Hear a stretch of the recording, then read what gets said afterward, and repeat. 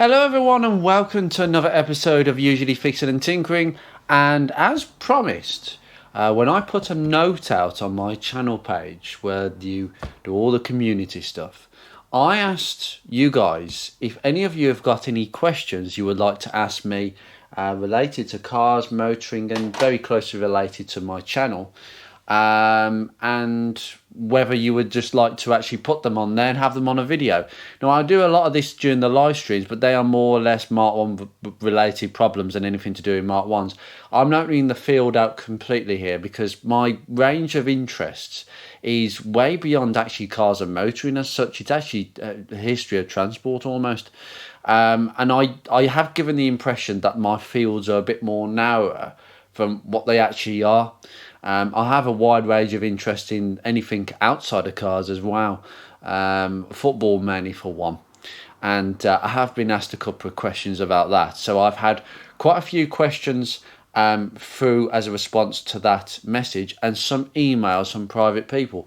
And just some people that I have on Facebook Messenger who have got the privy of having conversations with me. And they've also asked me some private questions as well, so that I will answer during this episode. So let's start from the scratch and let's get on with it. First question, okay, to kickstart this. The first question I was actually asked was Josh, the moaning Yorkshireman. Hello, Josh. I hope you're okay, buddy. And I can't wait to see you again. So the first question from Josh is, if money, and this is a good question, if money was no object, what would be a car that you would love to own? A car that I would love to own. Well, I only own cars that I would love to own. I don't own cars based on a whim or a recommendation from other people. I base it on exactly what I like in a car. And I had to narrow it down quite a bit. So money's no object in this case. So, okay, because often when we look at cars, we think, well, money is an object because money is an object. We live in the world of money, and we've only got so much money. And that narrows the field down automatically. And it narrows the field down to cars that sometimes you feel like you're compromising on because you can't afford what you really want. And I think that's a lot of people. But sometimes it's best to not get to know your fantasies.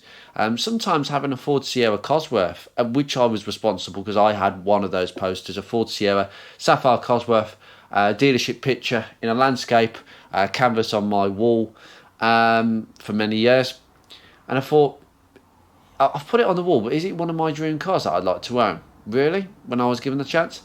No. There's a lot of high-powered supercars and prestige cars that I have no interest in, even if I had the money. Absolutely no interest. It has to be something that really homes in on what I like to see in a car. On a car, design, smell, sound, and how they go. And how they drive. And it basically narrowed it down to a Jaguar XJ Series 2. Yes, you heard that right.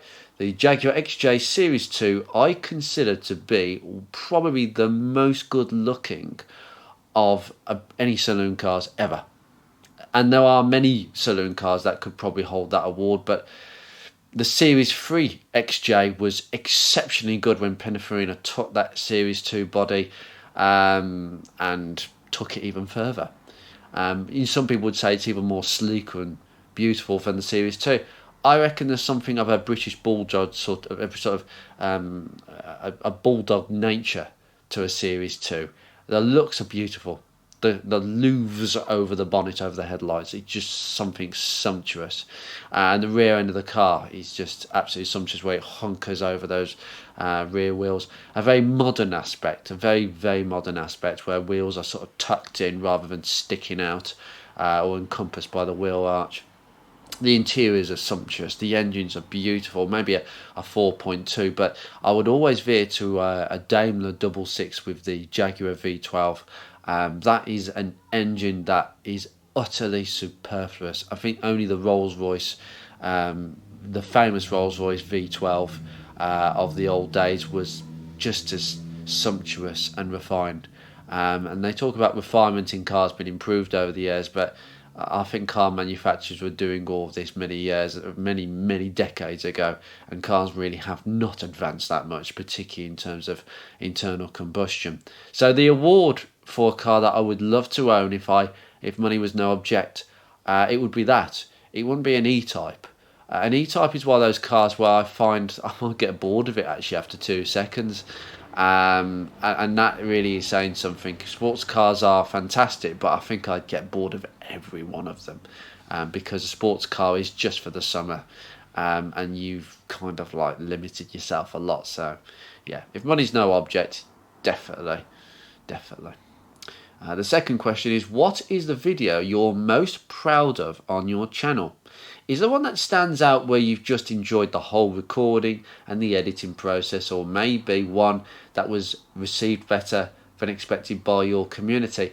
Well, that's a very good question. That's a really good question, Josh, because that's covered several aspects, and I can probably say the video that I'm most proud of, because I didn't expect it to do what it has done, is probably my second or third most viewed episode, and that was an episode I did on Mark 1 Focus Common Problems, that Common Problems series, on the electrical side of things.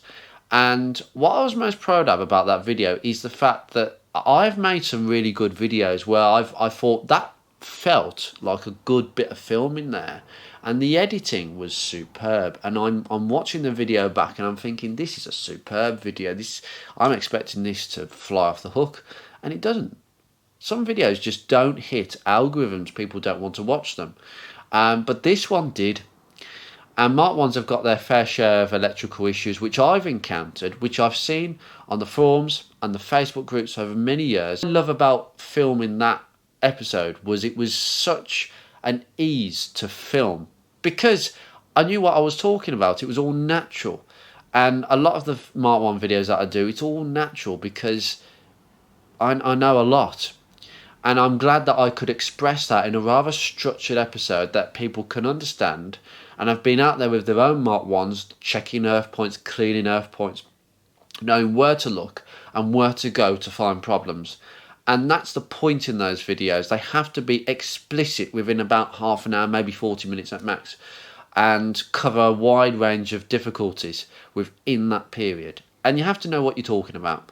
And I certainly did, and I enjoyed filming it, editing it, and reaping the results of the views. So yes, it isn't an entertainment video. No, most of my videos aren't. It's an informative video, and it's set about exactly what I intended for it, and it's the number 2 or number 3. I think it's number 2 actually, saying that, and it has the most likes of any video ever done. So I was really pleased about that. So there you go. That video is superb. So now we're going to move on to my friend Steve, who also gave me a few messages. Hello Steve, how are you, sir? With the Matisse Blue Mark III Fiesta that we saw at the Motorist towards the end of that video. It's a lovely example that is, and a very rare example. It's an LX, so it has quite a few toys, but not quite as many toys as a gear, but enough to satisfy yourself, particularly back in the day. An LX was quite a popular model. And his first question is, if you could ban just one modification, so no one was allowed, prevented people from doing so, what would it be? Ooh, you're asking me this question. This is a very, very good one, Steve. And you'll probably open a can of worms. I had to think about this one even more than the others.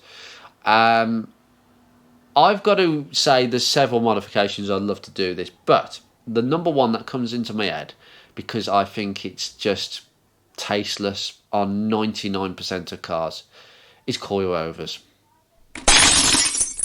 That might upset a few people, but I've been asked a question I'm going to answer truthfully. Coilovers, for me, should never be sold. It's a product that should never be available to the the buying public.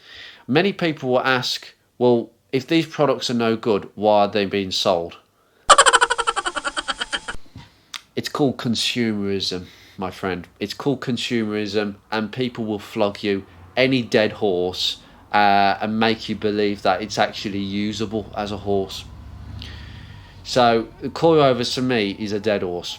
For me, they lower the car inappropriately, so you can't go over curbs, worrying about speed humps. In fact, you're slowing down for speed humps. See, I find it quite ironic that people fit coilovers to cars that they're trying to make faster and modify to make faster, but in fact they end up going slower because they have to slow down for every speed hump.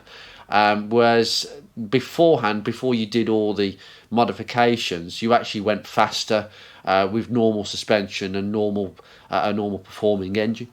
And most performance modifications don't really do much these days. There is actually a lack of skill and imagination. But coilovers for me make the ride harsher, thumpier. They don't handle very well at all. And I'm thinking about Mark 1 Focuses especially because it's been a popular thing to do. And I've been in 2 Mark 1 Focuses that have had this done, and they've both gone to the scrapyard now. They're long gone. For various different rust issues, and they are awful. They literally don't handle particularly well, and though people say, well, it's pointier, it isn't pointier actually. It feels actually so harsh that the enjoyment of actually turning the wheel has gone. There's nothing. The ride is completely uncomfortable. In fact, actually, people joke that it makes their car uncomfortable. Why are you doing it then? I just don't understand coilovers. And that, for me, that the visual aspect of lowering certain cars doesn't look right. Coilovers visually, with the lowered suspension, looks right under certain situations with certain cars. Mark 1 Focus is not one of them cars, but that is definitely the modification. Exhaust modifications are also certainly one, but the thing is, as someone who's done exhaust modifications, I've certainly learnt my lesson with this as well. I've done a cat-back system with a silencer delete, and I'm glad I've done that, because for the rest of my life I will never do that again. And the next set of questions from Nick. So I'm going to get on to this. Thank you, Nick, for giving me these questions. You asked a similar question. If you could have any car, what would it be and why? Definitely XJ Series 2. Okay, Jaguar XJ Series 2. Where will the channel be in 10 years' time? I don't know where I'm going to be in 10 years' time, whether I'm going to be in this flat, what cars I'm going to own, so I can't answer that question. In fact, I can't even answer if YouTube will exist, because all my videos on YouTube, I haven't really backed them up. They will be probably lost forever if YouTube went down, and I'll probably have to download the whole freaking lot. But I have no idea. No idea. And your other question, is there plans for the channel in the future? Well, my immediate plans are to make sure that the channel is sustainable for me to run. And that will be me. I've grown a following now the last few years. And I'm taking a bit of a break this winter, okay?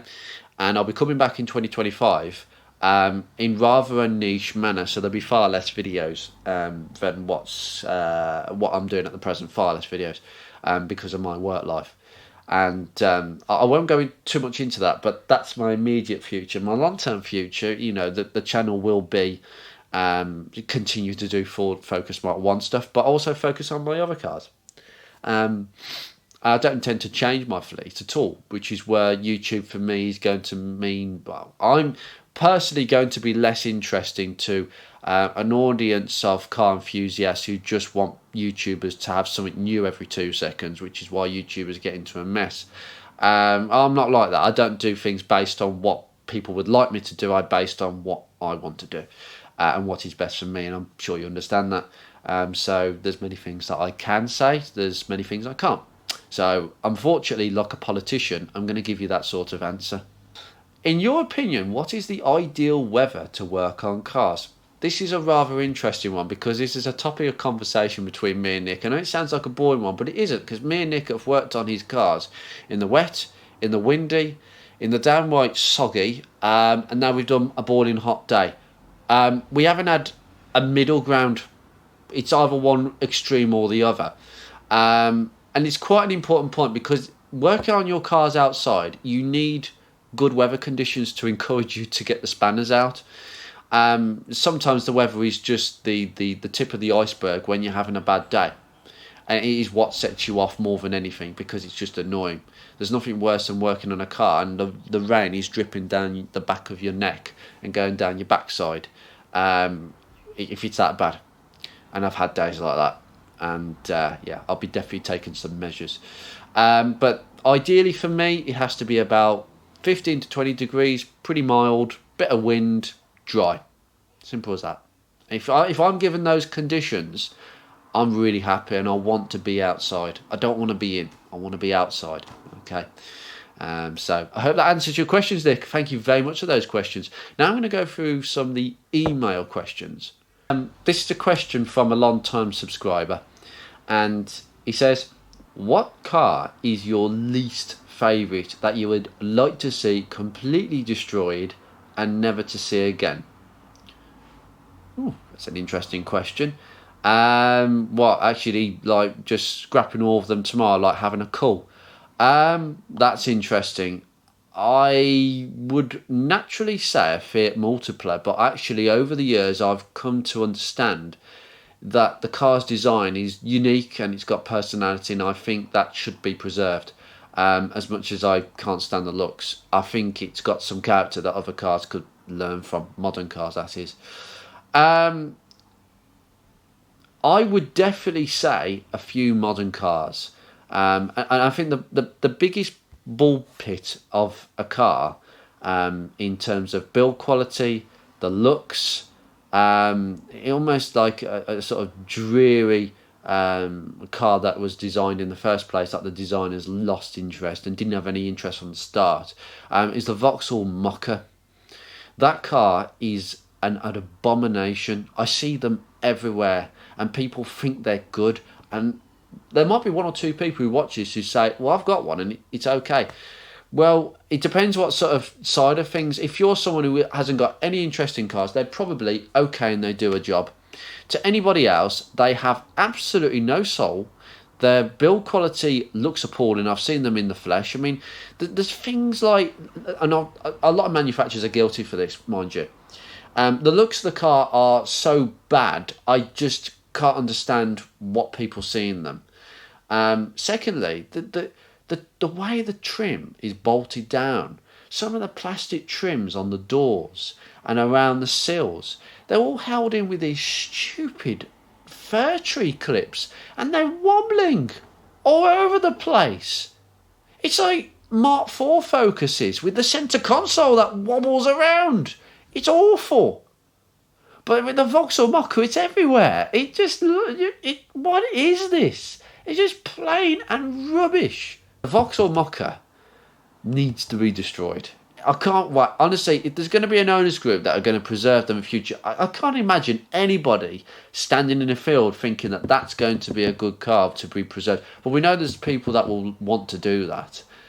Preserving the abomination of averageness is what I would say. So there's the answer. This is a fascinating question because, as I said, don't talk about any Mark 1 related problems. This is about generic. And someone who is a member of the Ford Focus Mark 1 Preservation Club gave me a private message and asked the straightforward question of, what is your vision for the club? Where do you see the club being in 5 years? Well, again, that's another tricky one. I mean, I want to build the club to the point where it's the club that when someone, as an enthusiast, is looking at a Mark 1, thinking of buying a Mark 1, or has a Mark 1 and they're not a member, that they will look to our club and nowhere else. There'll be nowhere else. There is no other platform for Mark 1 Focuses. Yes, you've got the Ford Focus Owners Club. You've got the generic ones that cater for all sorts of cars, but they don't cater for Mark 1 specifically. And there's no specific group, despite being a mass-produced car. Almost 1 million were registered in the UK, and of a million, probably a few million when it comes to the totals of Europe and America. And I just feel we needed to have a specific model, particularly because I'm not interested in Mark 2s. I'm interested in Mark 1s.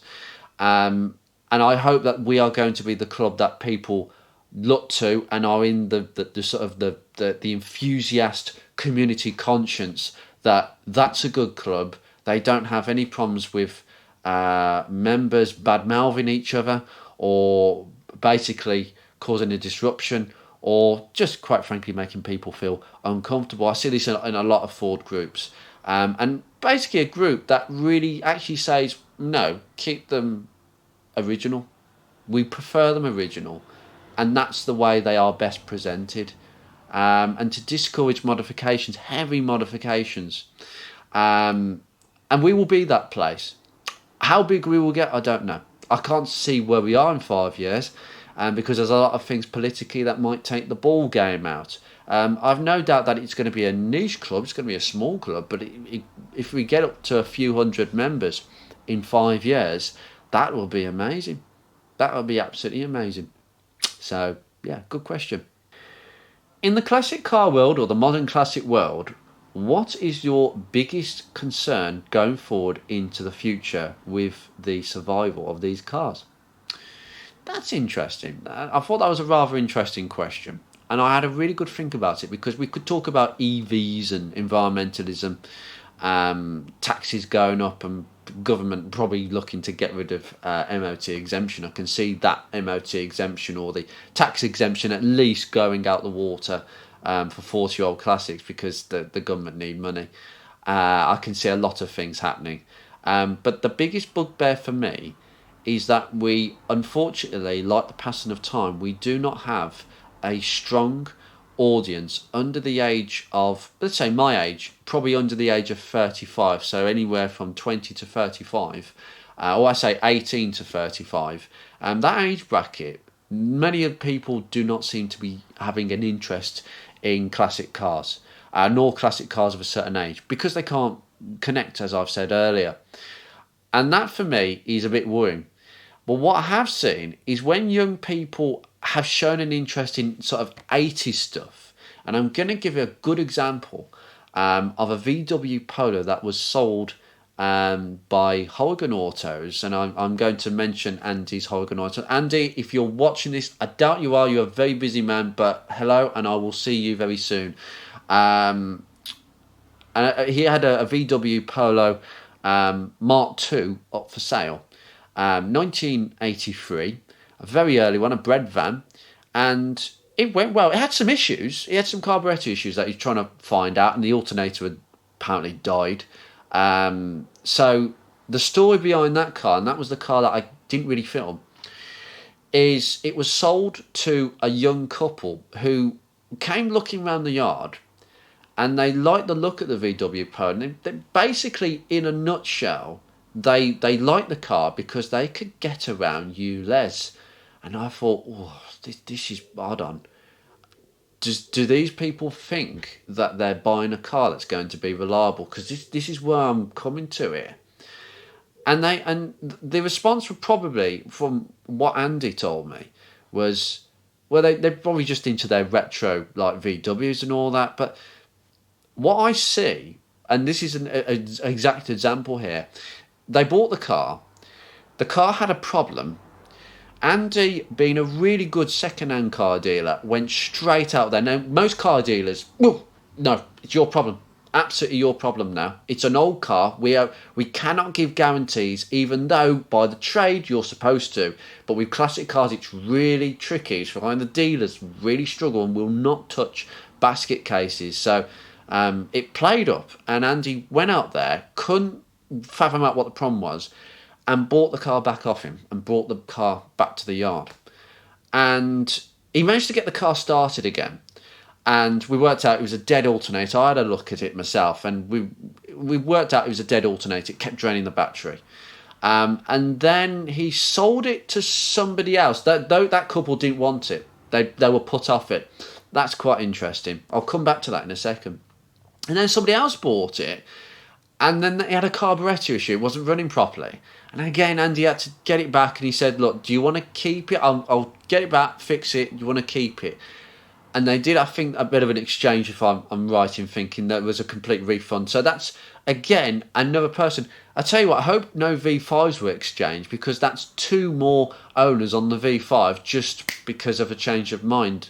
And he's managed to sell it now, and it's with somebody, and it's not in his hands. So thank God that it's moved on, and that's what classic cars can be like. And I honestly see, now I'm not aiming anything particularly the first couple. When I hear stories of people trying to get around things like the ULEZ zone and trying to get around like a sort of MOT exemption and tax exemption, it's really attractive, these things. I'm sure most people aren't, but some people definitely are. And coupled to that, where young people are kind of hooked into like what's cool, what's retro, what's trendy. And it does seem to be a thing in the last couple of years. I've noticed where people will make comments on the Facebook groups, social media, that it's cool to have one of these now, where it wasn't, particularly 80s and 90s stuff. And it kind of appeals to a younger audience, and that's good. I want young people to be interested, but I really seriously doubt that these young people actually really know what it takes to look after these cars. And it's all good having enthusiasm, but I do think we have got some severe skill shortages.